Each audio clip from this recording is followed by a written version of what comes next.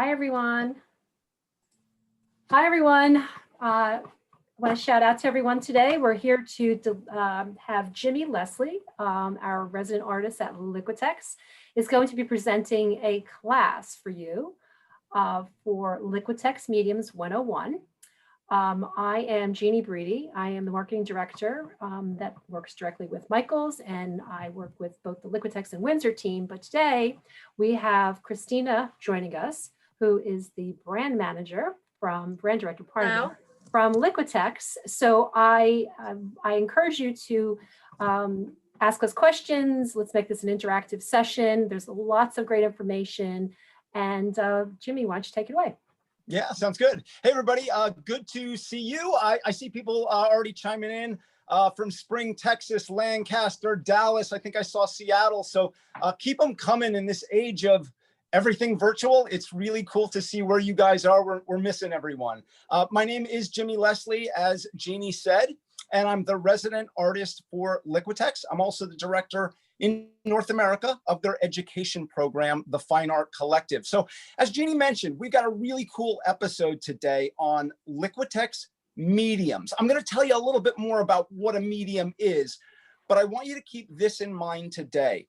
Our subject, mediums, is all about how to customize your paint, how it comes out of the jar, how it comes out of the tube, to customize it to meet your aesthetic and your sensibilities as an artist. So that's my big mantra today, okay? Customization, that's what it's about. Hey, from Sarasota, Florida, Anita's iPad says hi to everybody from Sarasota.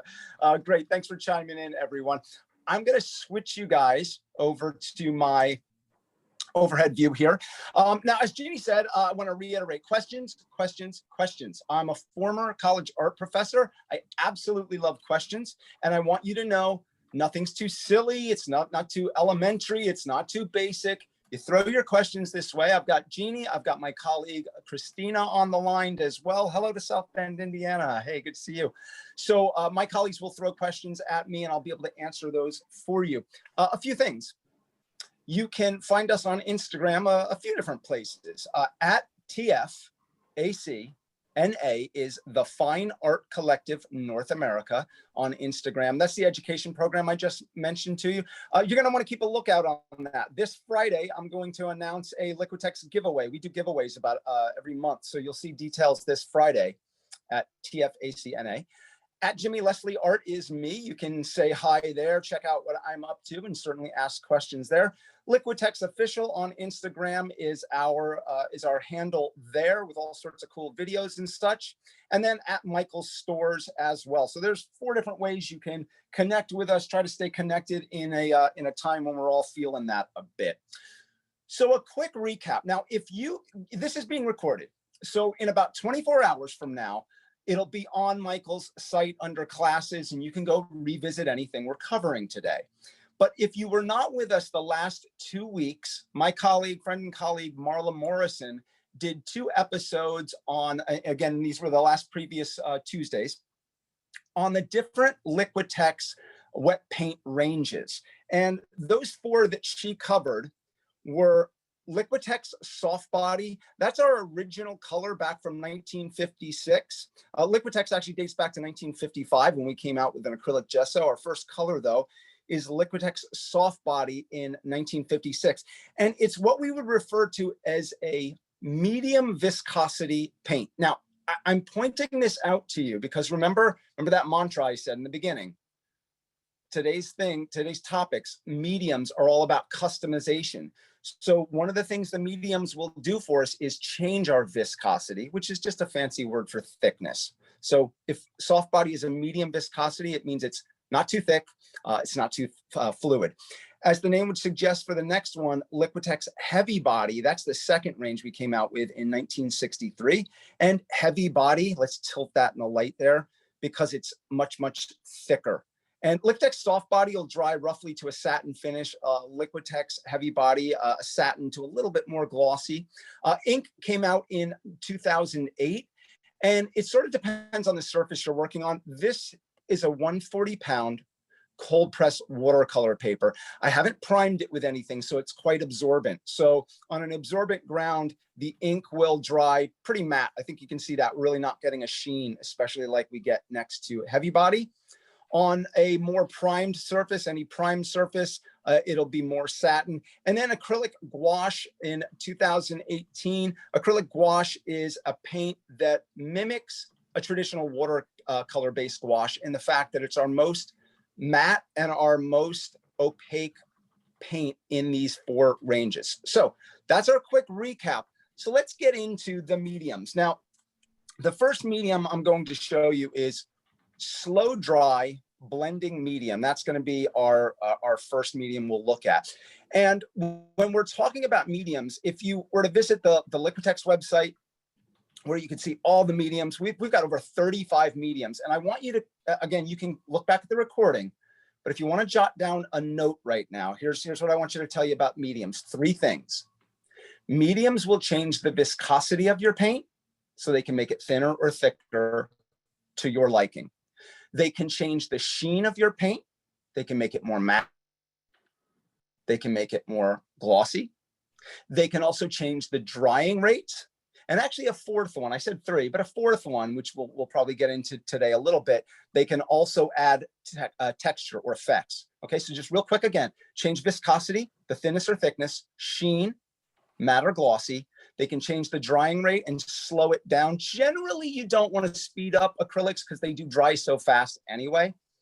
And then some mediums can add texture. Now, slow dry blending medium will change the drying rate of your acrylics. If you feel like they're drying too fast, it'll change the drying rate and slow it down rather by about 40%.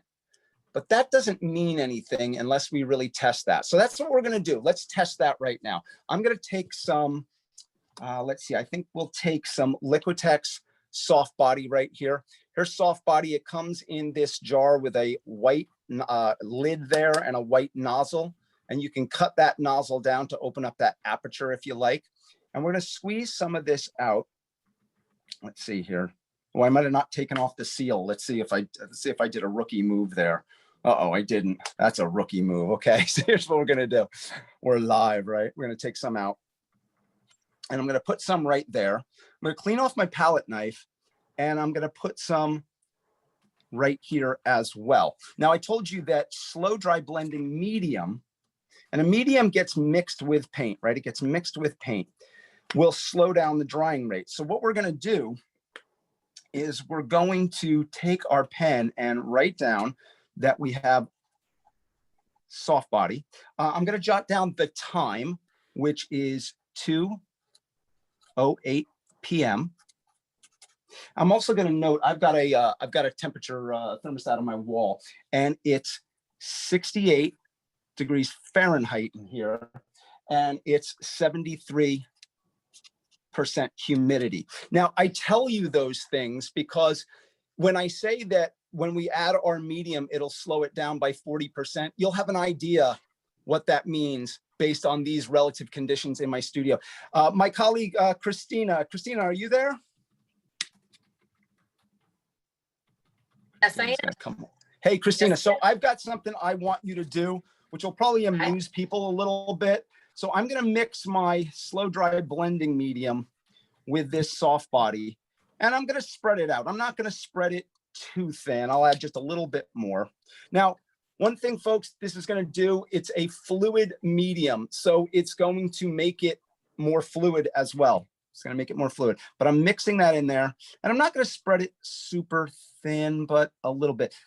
Liquitex soft body just glides really nice and easy. I wish you could feel this. I would let you feel it if you were with me. I'm going to clean off my palette knife. Oh, I didn't finish writing there. Sorry. Soft body. That's soft body alone. And this is soft body with slow dry medium. So Christina, I'm going to have you note the time right now. And about every 5 minutes, I want you to tell me to stick my finger in paint. Okay, so it's 2:10. Yeah. So depending on where you are, but I will. Yep. I will. Remind you every 5 minutes. Great. Yeah. Say, Jimmy, stick your finger in paint. and we'll see how these two start to dry compared to one another. So we're going to set that off to the side. Christina's going to be my timer. She's been a colleague of mine a long time. She's probably thrilled to have me stick my fingers in paint. I know she'll probably enjoy that. And keep an eye, everybody. She might end up doing it at like 211, 212, to so on. Okay, so the next thing we're going to look at while that's drying, we're going to take a look at gesso. Now, gesso is not technically speaking a medium. In a way, gesso is what we would refer to as a primer, And I actually see a question coming in. Do you need a specific ratio with slow dry to avoid long range quality? I'm not sure if I understand that question directly. One of the things I'll point out though, and you can just rephrase that if you want a different way, but one of the things that I'll point out to you is that with a medium, these are all acrylic polymer mediums, and our paint is all acrylic polymer. So everything is compatible with one another, and you could mix them in any ratio to one another. But when we mix the slow dry blending medium with it, the more we mix with it, the more fluid it's going to be, and it's also going to make it more transparent as well. So just kind of keep that in mind in the back of your head. Our gesso, we're going to take a little gesso here, and I'm going to put it out on this unprimed canvas. We can actually see right here that one side has been primed with gesso, and this has been left over here as raw unprimed gesso. And whenever you gesso a surface, what you're doing is you're doing a few things. You're making it less absorbent. So as you can imagine, a raw unprimed canvas like this is quite absorbent. So look what happens when I put some soft body quinacridone magenta right here. You can see it really stained the canvas and sunk in.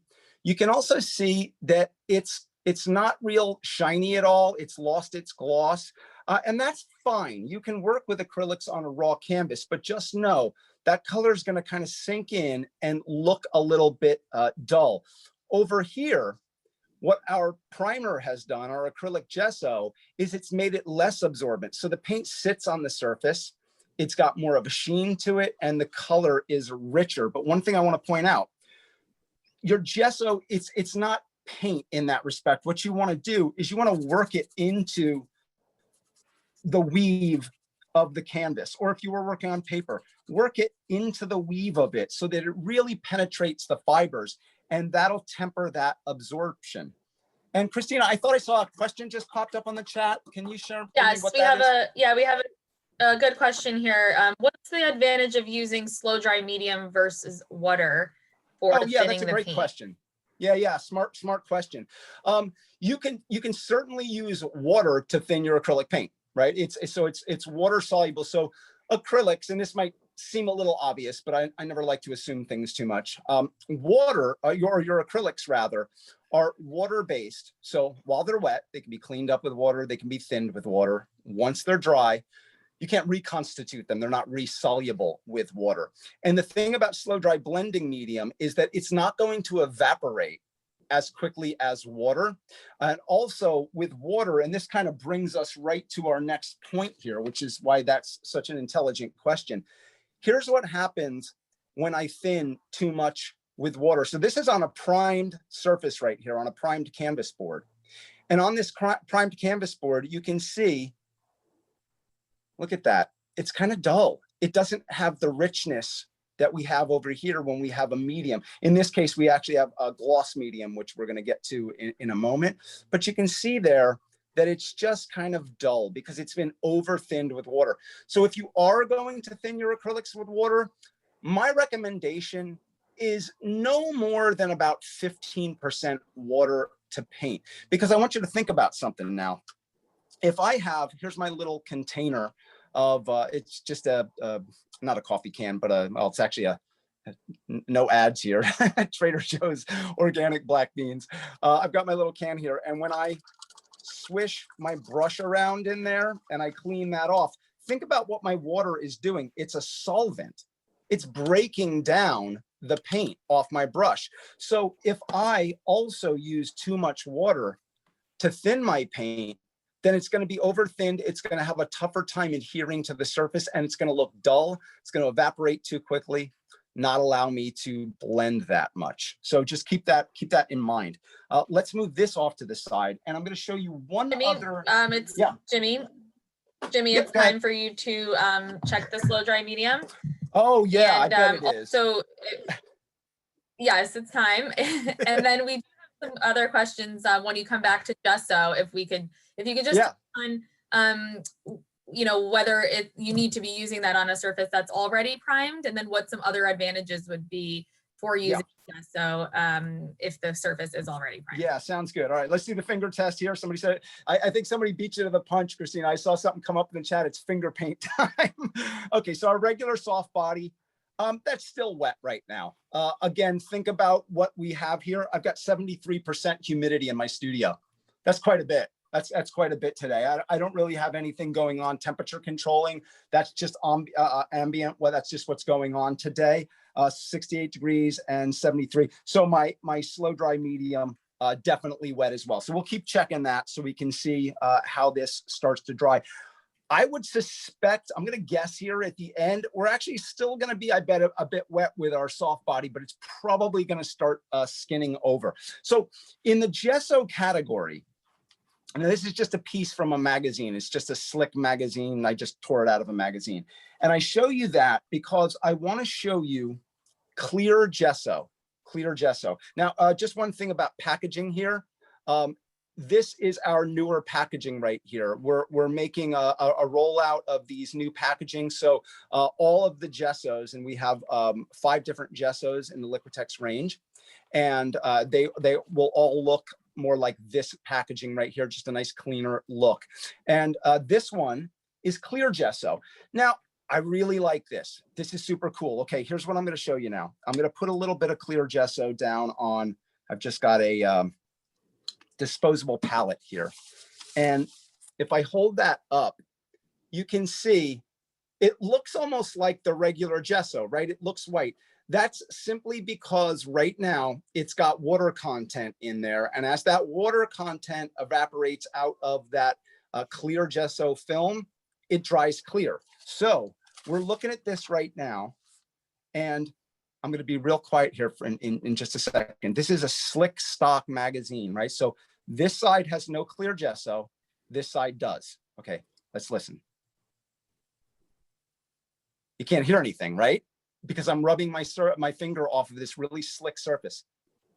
Okay, let's go over to this side with clear gesso. Ready? I'll go from here. Hear that? It's like sandpaper almost, except you can't see it. Now, why is that cool? I love this because if you're anybody who's doing mixed media work, let's imagine you're working with a colored pencil, let's say.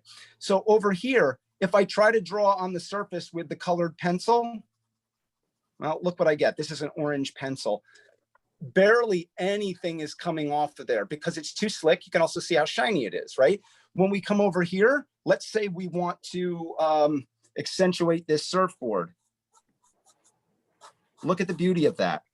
Now, this gesso has provided a tooth. It's provided this surface that is rough enough for this colored pencil or charcoal or a regular pencil or anything else or pastel to be able to rub off on. So you get this cool kind of thing that you can do. So clear gesso allows you to take this slick stock paper and make it so it's more almost like a charcoal paper, more like a rougher paper, but you can still see your underlying image. So that's what one of my things when I do mixed media work and collage work, I really love that with clear gesso. So keep that in mind. That's a great opportunity to do that. So in the Liquitex gesso range, we've got clear gesso that we just looked at. We've got a regular gesso. We've also got a black and a gray gesso as well for somebody who wants a darker ground. And we've also got a super heavy gesso for somebody who really likes texture. And like all acrylics, the gessos and the mediums work great on paper, canvas, wood, anything that is porous, that's not super slick or greasy, nothing like that, but they'll work on so many different things. So let's keep that in mind for any of your mixed media work. Yeah. Jimmy, also, we just have a question. Will it work if you have oil paint and then you want to put gesso on top of that? We probably, that's not recommended, correct? It would work. No, that's not. Yeah. And then yeah. you wanted to put oil paint on top. Right. That's a smart thing to mention, Christina. Yes. Gesso is great to prime your unprimed canvas, color paper and wood and other things I just mentioned. Put it on top of oil paint. You want to avoid water-based product like Liquitex acrylics on top of oil-based products. You're not going to have great adhesion with that at all. At first, you might think it will, and you might get away with that at first, but in the long term, it's not gonna be good.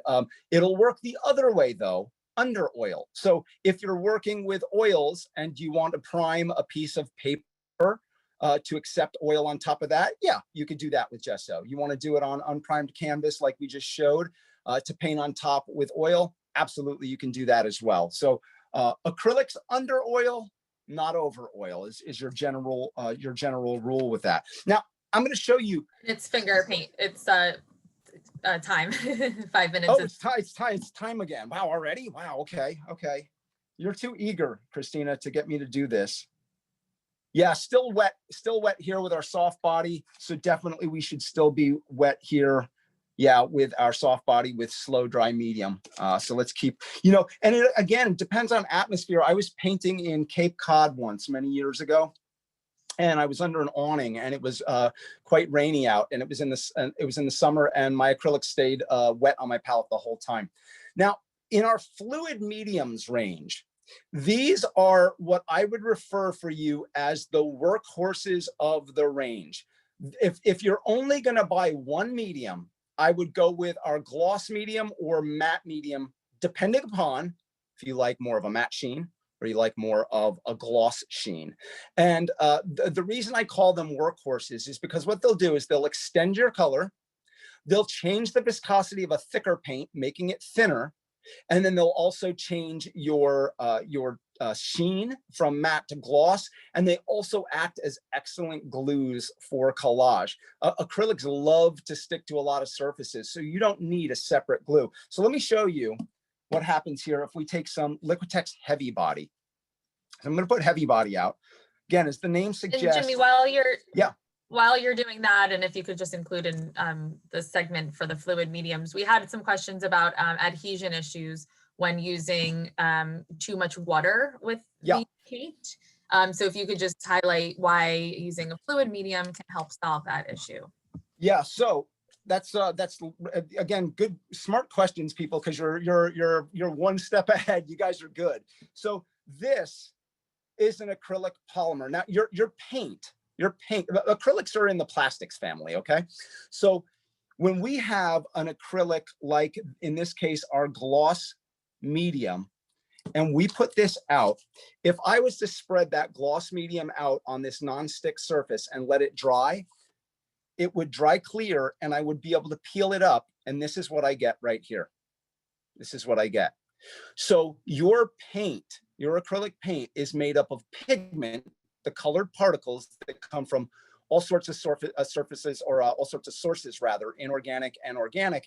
And then they're mixed with a polymer, which is the plastics family. And notice how flexible this is. Super flexible, again, because it's in the plastics family. So when I mix a medium with my paint, I'm making it more flexible. I'm adding its ability to adhere to surfaces by giving it more adhesion.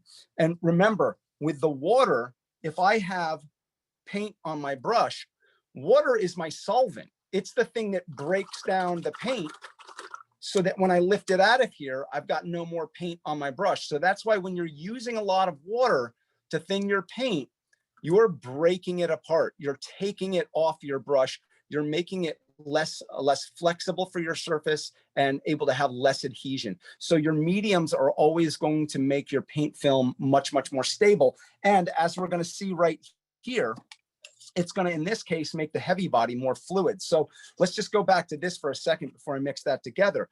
When you're deciding what paint to best use, soft body, heavy body, ink, or acrylic gouache, my question would be to you, if we were just sitting one-on-one and we're having a one-on-one art conversation, I would ask you what you most like to do. And if you were a person who said, I mostly like really thick brush strokes, 95% of the time, that's what I want, then I would say go with Liquitex heavy body. And for the times when you want to make it more fluid, let's go with a fluid medium like gloss medium. And when we mix this together now, we start to make it more fluid, and it starts to move and act a little bit more like the soft body that we showed before. And we can add even more to that if we like. Now, every time we do that, there's a little matrix on here, and the matrix lets us know that it's for painting. That's the purpose of it. It lets us know from fluid to thick, we have an X near fluid. It's more fluid. Also lets us know it's more of a it's a medium that's gonna make your paint more transparent rather than opaque. And it tells you here, as the name suggests, it's gonna make it glossier rather than matte. So always take a look at your labels right there. But as we mix in, we continue to make that more fluid. We make it glossier, and we can make it more transparent as well. So mediums, once again, right? First thing Jimmy, I said to you the today. gloss medium. Yeah. Oh, Sorry, we just had a question about Yeah. dull the pigment. So. Say that part again, Christina. A question of whether it will dull the pigment. No, on the contrary, it'll actually make the pigment more vibrant. So that's one of your other things there. So remember, it's making it glossier. It's making it more saturated. Again, adding that flexibility and adhesion. Patty's jumping in. More people want me to get my fingers dirty. Patty says, time to check the paint. She's taking your job, Christina. Yeah. Okay, now this is interesting. So let's look right here if I can get it in the right light. See where it's a little thinner on the edge right there? It's starting to dry right there. Now soft body paint dries to roughly a satin sheen, but remember, this is unprimed watercolor paper, so it's sinking in there, and you can see in the thinner area, it is starting to dry. So what is that, 17 minutes in, and in the thinner area, it's starting to dry. In these areas, it's still wet. So here, if we look at our slow dry medium, everywhere is still wet. Everywhere that we touch that, it's still wet.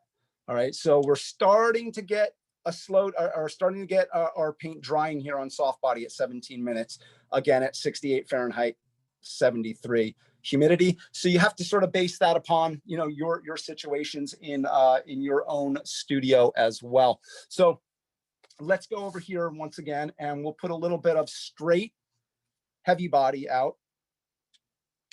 I'm not going to add anything to that. I'm going to clean off my palette knife. I like, you know, personal thing, I like using a rag, an old t-shirt, a little more sustainable than paper towels that I'm always throwing away. You can use it over and over again. So just a little something if you're, you know, care about those type of things. So Liquitex heavy body, again, great paint. If you're somebody, I don't know, Van Gogh-esque, right? You like that thick brush stroke. Look at, it's what we would call impasto brush strokes, right? Really quite thick. Yeah, you can see more of the peaks right there. If I get that in the right light, can really pick up those peaks like that and be very, very textural. But for those times when you want to thin it out, then we've got it mixed with our gloss medium, and it's a much thinner application, much thinner application. So once again, your mediums are going to add that customization. And I mentioned before that flexibility. I poured, this is gloss gel that I have let dry on the nonstick palette, and I was actually able to sew these together. Don't mind the Frankenstein stitching there. I'm not a seamstress for sure. Not a tailor, but I have those where you can take things like your mediums, or if I just took the paint that we have here on the nonstick surface, that could peel up, and that's what we refer to as an acrylic skin. So you could actually cut these and you could collage them using your mediums You could collage them to another surface. So let's talk about that for a second. I like to use my fluid mediums like gloss medium and matte medium for collages. So this is a little image. It's tiny. It's only about, I don't know, 5 by 7 or so. And this is based on the couple who owned my house. My house was built in 1949. I moved in here about 20 years ago.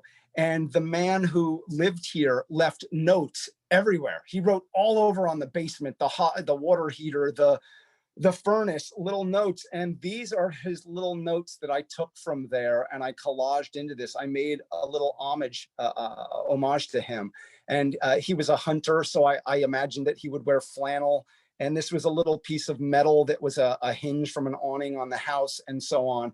So I used the fluid mediums for these photographs and for all his writings. I think there's some other little text of his down here. You can see homeowner information, something he wrote down about servicing the oil heater and so on. The thicker applications, the thicker objects, I used a gloss gel. So it moves us from our fluid mediums to our gel mediums. So let's take a look at that. So now here we were dealing with heavy body. Let's take more of our soft body and we'll put a little bit of that out. And remember, soft body is more of a medium viscosity, right? So think when we talk about viscosity, about the thickness of paint, just to kind of give you something to gauge viscosity by, a low viscosity would be something like water. Water would be a very low viscosity because it flows very easily. Something that would be a high viscosity would be something like molasses, is what I would refer to. So let's say I have this soft body, medium viscosity. I want to make it high viscosity. So I take my gel medium right here. You can see how thick that is. I'm going to put that down and I'm going to mix with my soft body. So now what I've done is I've essentially transformed my soft body into a heavy body paint. Time to check the slow dry medium. Yeah, let's see. Let's see if we can look. Yeah, we can see this now. We can see more areas creeping over almost into the middle there, where you can see it's not quite glossy. You can see it here, here, definitely all along that side. In that ridge where it's thicker, you can still see it's a little wet, but that's, and it's also, when I'm doing this now, look what happens.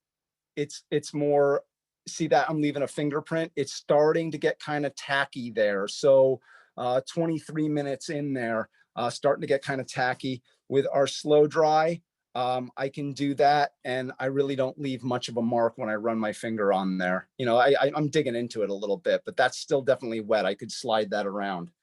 So definitely giving you an idea that this is really slowing down our drying rate. So when we look at the gloss gel, now you might ask yourself, well, again, isn't there, I'm always about value, right? I want to get the most out of my art materials. So you could look at something like a gloss gel and say, well, that's another thing to have, another tool that I have to spend money on. But one of the things I want to point out to you is when we're looking at your paint, the most expensive part of your paint is the pigment. So here, remember, we're looking at an acrylic polymer without any pigment, without the color part of it in there. You know, powdered pigment, powdered color, because we have to get that from different sources. It has to be mined, dug out of the ground, possibly. It might have to be synthesized in a lab. So if your pigment, if your color is the most expensive part of your paint, this is a great way to add body to your paint, to extend it without doing so by using paint itself. Because you could say, and this would be somewhat logical, I think, we could say, well, here's some of our soft body. If we want to make it even thicker, let's add more on there. Let's add a whole lot more there. But by adding a whole lot more, you're spending more money because that color is the most expensive part of the paint. And it's also still a medium viscosity paint. It sort of slides. And that sort of brings me to a little bit of a myth there. A lot of times people mistakenly think that soft body is a watered down version of heavy body. And that's not the case. As we see with our fluid mediums and gel mediums, it's just that a different viscosity, a different thickness of acrylic polymer is used by the chemist to actually make the paint. So the same pigments are in, well, in these two, there's different pigments because they're different colors. But if they were the same colors, they would be the same pigments used for both soft body and heavy body, also for our ink and our acrylic gouache as well. So something to keep in mind there. Let's clean off my palette knife here. And I'm going to remove this sheet here so I can give myself a new one. And what we're going to do is we're going to take a look at some modeling paste. I want to show you something really cool, especially with the holidays coming up. I think this is a neat thing that you can do. And it's making, using a modeling paste and a stencil to create a raised stencil. So right here, if I tilt this, you can see what I've done here on this canvas board is I've taken modeling paste, which I'm going to show you in just a second. It's very, very thick, like the gel medium, and I've run it through a stencil, and it creates this raised surface here. I've brushed some color over top of it, but in another case right here, I mixed color with the modeling paste and put it through a stencil. Let's get that on edge. Oh yeah, there you can see. It's almost like icing on a cake. Look at how thick that is. And the thing I think that's kind of cool about that I mentioned with the holiday season coming up, whether it's Thanksgiving or anything else, you might use a letter to monogram something like a place setting. So here's one where I took some heavy watercolor paper. I took 300-pound watercolor paper and just folded that in half. And I ran I took a monogram stencil. So I took the letter A, right? So if somebody's name is Angela or Annie or whatever it might be, I ran that through the stencil on this watercolor paper that already had some color down, already had some thinned color down. And then here I started to add some color on top of it, some gold, Liquitex gold, soft body paint on top of there. I didn't finish that part, but this could be a beautiful little place setting, handmade card in a time when people don't really do that anymore. My wife just wrote to somebody and sent them a handwritten thank you note, and they were so amazed because they haven't received one in so very long. So I'm going to take this right here. This is flexible modeling paste. We have a flexible, we've got a regular modeling paste, and we've got a light modeling paste. So the flexible is great for flexible surfaces like this paper that I'm going to use right here. It won't crack, right? So you want to use flexible on flexible surfaces. So let's do this. We're going to take our flexible modeling paste. I'm going to make sure that my palette knife is cleaned off. You want to always do that. Make sure it's cleaned off because you don't want to dip into this jar and infect this. So I'm going to take this. I'm going to put it over here. That's way more than I need, but I just want to be able to make sure you guys can see that all clearly. So you can see how thick that is and those peaks that it keeps. It's the thickest of any of these mediums, thicker than the other gel mediums for sure. And the nice thing about flexible modeling paste is you can actually sand the edges if you want. You could drill through it if you were to make an acrylic skin like this. Here's a piece of modeling paste that I let dry on a nonstick surface. And you can see I can bend it. You can see that it's very opaque. And listen here, it's got kind of a rough surface. So it really takes on a lot of other colors very, very nicely. But I'm going to take this right now. I'm going to use a little bit of Liquitex acrylic gouache. This is already opaque. Our modeling paste is opaque. And when we look at that, we can see that written on the table. So we know, or on the label. So we know it's opaque. I'm going to take an opaque color here and add it to it. Good. I took we're about a half an hour into the drying exercise. So if you want to check the slow dry. Yeah, let's see. How's my hand doing? That's not bad. Yeah, this is really starting to dry about halfway through here, except for the thicker areas. And let's see if I can be quiet. You hear that? It's kind of tacky. My hand's starting to stick to that. So if I tried to blend right now with that, it's not going to leave smooth marks. I can still move it around a bit. But let's see if I get that in the right light. But I'm starting to leave brush strokes in the, there you go. You can see that there. I'm starting to leave brush strokes there. And that will be hard to start to mix another color into it. Over here, it still glides very nicely. Yeah. So a big difference there. And again, the longer that goes, the more you start to sense and see those differences. So I'm just going to mix this together. Now, once again, the nice thing about all your acrylic mediums and all your acrylic colors, they're totally compatible in any ratio. So you don't have to worry about, I put too much medium with the color or not enough color with the medium. That's not anything that you need to worry about. Now, because the modeling paste is so very opaque and because it's so very white, it's going to lighten the color. I could add more if I want, but I'm going to leave this soft orange color. And I'm going to thoroughly mix that. Now, if I didn't thoroughly mix it, it wouldn't be an issue. It's just that, you'd see streakiness in there. But it wouldn't be any issue chemically. So I'm going to take that. That's mixed enough for our purposes. And what I'm going to do, I'm going to take this cardstock right here, this watercolor paper, and I'm just going to tape it down a little bit. Just tape the edges just so it doesn't move too much. I'm not going to worry a whole lot about that right here because I'm moving a little bit, more quickly than if I was actually doing this as a finished piece and something I, was going to use for, like I said, a table setting or a handmade card or whatever the case might be. But I love this. I love this little technique because it's just so easy to do. So I did, let's see, that one I showed you before was this, which is this middle one. I want to do a different one. Let's do this one up here. This is a stencil that you can buy at Michael's. So, both of these products, no problem. And whatever you like, I'm going to just put this right here. And, good idea too would be to tape this down as well. All right, so I'm going to do that. I'm going to load up my palette knife and just gently pull that over the surface. I'm going to try to, not dig into the stencil. I don't want to get it underneath, so I'm really kind of holding that down and just gliding that. It's almost like peanut butter, the consistency right now. I feel like I'm making a PB&J sandwich right here. Yeah, I can go as thick as I like or not.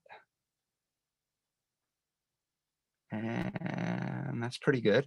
I'm gonna clean this off because that would dry on there, and I don't want to do that. I want to make sure my palette knife is clean.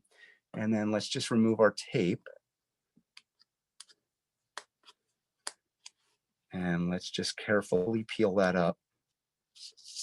Yeah, look at that. Oh, that's so cool. I love that. Now I got to find a place to put this stencil. Let's see, I'll set that over here in my studio. If I didn't mention, I'm coming to you from my studio in New Jersey.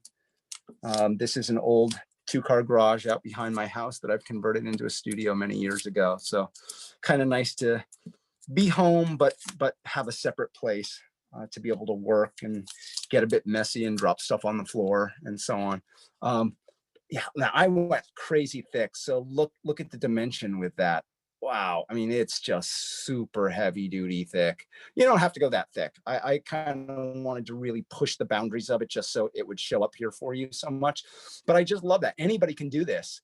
So once again, in a time when you're going into holiday season, whether that's, just some family at home with Thanksgiving, if you're, fortunate enough to have people close to you that, you can be safe with and be careful in this kind of crazy times. A great way to make just a little beautiful custom place setting, or again, a holiday card, anything there. So I love that. So that's your kind of quick and easy holiday fun thing to do there, fun project to do. So let's go from that. And I think I want to show you, I'm going to show you 2 other collage examples here. And then I'm going to show you what we call some effects mediums. This is a old collage from 2011. I found this great old photo, looks like somebody from the 40s. I love that. I just love her. She's tuning in this radio. And this was an old transistor radio. It was old parts that I used to have in my studio. It was one of my kids when they were little, knocked it off the shelf, and they busted it. So I said, oh, let's take it apart. So we took it apart and we made this image that I think I called it, yeah, there it is, Sister Transistor. I like the name was actually as much fun as the image. But here again, with heavier objects is where I could use my gel mediums to hold in place. I could use fluid mediums here. Now I use fluid mediums to put the image down because it was a paper image and I didn't want it super, super thick with the gel and being lumpy and be all over the place. I simply didn't need it.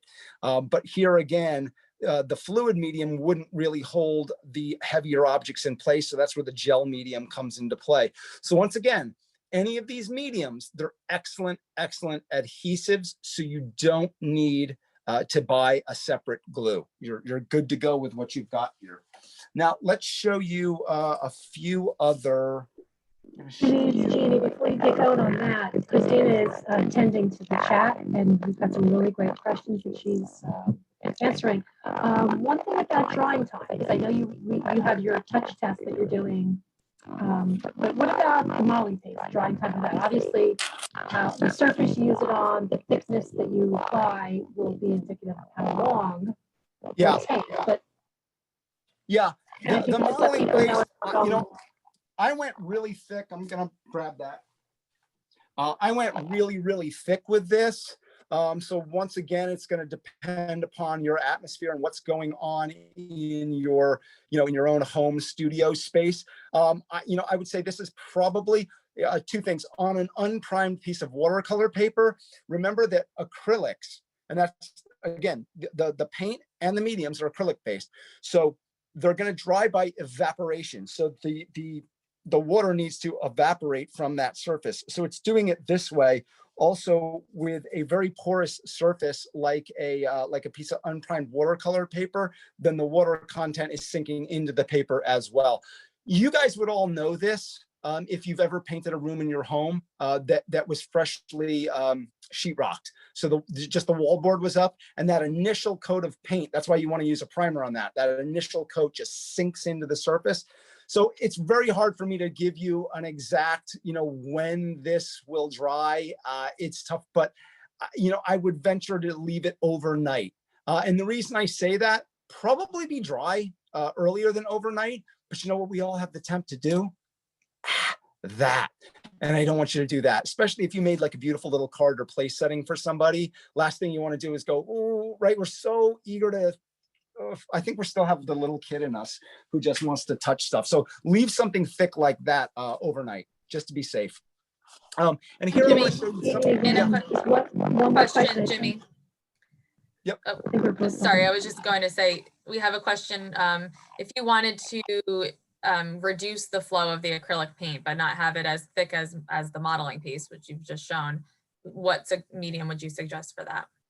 Yeah, so, well, any of these are about these sort of give and takes. So, if you have something thick like the modeling paste right there, and you wanted to thin that, and here's the thing, here's why I said to everybody at first, you kind of want to first ask yourself with the colors, where do you want to be? If you're an artist who mostly does pen and ink work, well, then go with the ink, right? That's what you're going to want to do. But for those times when you want to make it thicker, you could add any of the gloss gels to make it more like a heavy body paint, or more like a soft body and more like a heavy body if you add even more. With the modeling paste, the whole point of the modeling paste is to be thick, and it is to be very opaque, and it is to have that surface that can stand up for things like stencils, or if you want to get more structural with your paint surface. It's also, modeling paste is also nice to put down on a surface and work with colors on top of that, because instead of building up thick layers of paint, which, remember, more expensive because the pigment is the most expensive part, you could use the modeling paste and build up a thick layer first and put color on top of it. However, if you wanted to make the modeling paste less fluid and you want to keep the matte nature of the modeling paste, then you could go with a matte medium. If you wanted to make that modeling paste thinner, but you wanted to change it and make it more glossy, you could go with the gloss medium. So any one of these is compatible in any way and shape and form. You could mix and match every single one. I hope that answers that question, but it's sort of like, you know, this give and take. I really almost think of mediums, and here I'm just showing you dried. I showed you matte, gloss gel, right? Here's what I showed you. We have a gloss heavy gel, which is even thicker, and a gloss super heavy gel, even thicker. So they kind of go up in thickness. And then we also have the same thing with matte gel, ultra matte gel, and matte super heavy gel. And when we look at these, these are all varieties of the same things of matte and gloss gels. So it just kind of, again, depends on that aesthetic camp that you're in. But I liken this, I enjoy likening this to food. So imagine you have a piece of chicken or whatever, broccoli, any food item, and you have it. You could simply take that piece of chicken and you could grill it, or you could bake it and do nothing with it, add nothing to it. And that's perfectly fine, and you could eat it. But I want you to think of mediums, because I said customization. Think of mediums in the food world like your spices, like your herbs and spices and things like that. So you can make your chicken what? Well, sweet and sour, more spicy. You could make it more tangy. You could push it in any direction from its original form based on your taste. In art, you can use these mediums to push to your taste, and the taste in art we often call aesthetic, right? So same kind of thing. I want you to keep that in mind. And then here's those three varieties: the modeling paste, flexible modeling paste, which we just used, and light modeling paste would be one that we would use if we were working on a really big project. There's no way to show it to you here, but the difference between a regular modeling paste here and if I was holding the light modeling paste, just night and day in how heavy and light they are. So something to keep in mind there. But then let's show you. These are, let's see, we got about 8 minutes left. So these are effects mediums, and some of them that are available at Michael's are, we've got ceramic stucco is something that's available at Michael's. Look at iridescent medium. Look at how beautifully glossy that is. Iridescent medium can be used on its own or can be mixed with colors. We've got natural sand here, which gives you the feeling, and listen to this, scratchiness of sand. Now you could take paint, you could take your acrylic paint and simply add sand to it. Well, the problem with that though is if you added sand from the beach, it might have all sorts of little microbes and things in there, and stuff that's, you don't want in your paint film. Plus, you'd have to find a way to really mix that into the paint thoroughly. So we do that for you with mediums like this and make sure that they're fully integrated in with the paint. Let me show you iridescent medium though, because it's just such a fun, shiny one. And we'll look at it on its own right here. So I'm going to just put some on our palette. Now I want to remind you something. Next week, next Tuesday, same time, same place, right here. Let's put some iridescent medium out. Ah, look at that. You have to go like, oh, that's like sound effects. It's so pretty, right? Look at how gorgeous that is. Yes, Jeannie. I'm gonna just jump in because you guys have been getting some really good interaction. I want to encourage everyone, this is to join us next week, because Jimmy will be continuing with Mediums 102.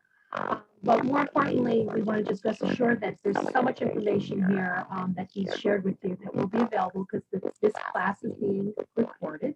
It'll be available in about 24 to 48 hours is the window, and then it'll always be accessible on the Michael's YouTube channel for future reference. But also the Liquitex website has all this information as well, which I encourage you to use. And lastly, thank you all for joining, and please participate in the survey because it will help us bring you curriculums that are of interest to you. So Jimmy will close you out after he gives you some really great effects. Thank you, Jenny. Great, thank you, Jeannie. So here we can see that we took some dioxazine purple from Liquitex ink range, and we give it that shimmery quality with iridescent medium, and it becomes this beautiful, beautiful shimmery quality. Now remember, we can simply paint with that. Once again, if we have a non-stick surface like this, if we let that dry, we could then peel it up after the fact, and we could collage that on another surface or use that in some sort of other craft or fine art painting, anything that you want that shimmery quality to. Now, I just saw a question come in, and I'm going to flip back here to myself here to answer this one. A question just popped up, and somebody said, could you take iridescent medium and add it to pouring medium to make an iridescent pouring medium? Well, guess what? I've got something for you. Next week, when you tune in for part 2 of this, next Tuesday, what I'm going to introduce you to is the brand new iridescent pouring medium from Liquitex and the brand new matte pouring medium. We're going to do just an episode on pouring with matte and iridescent. And I'll definitely discuss this question then.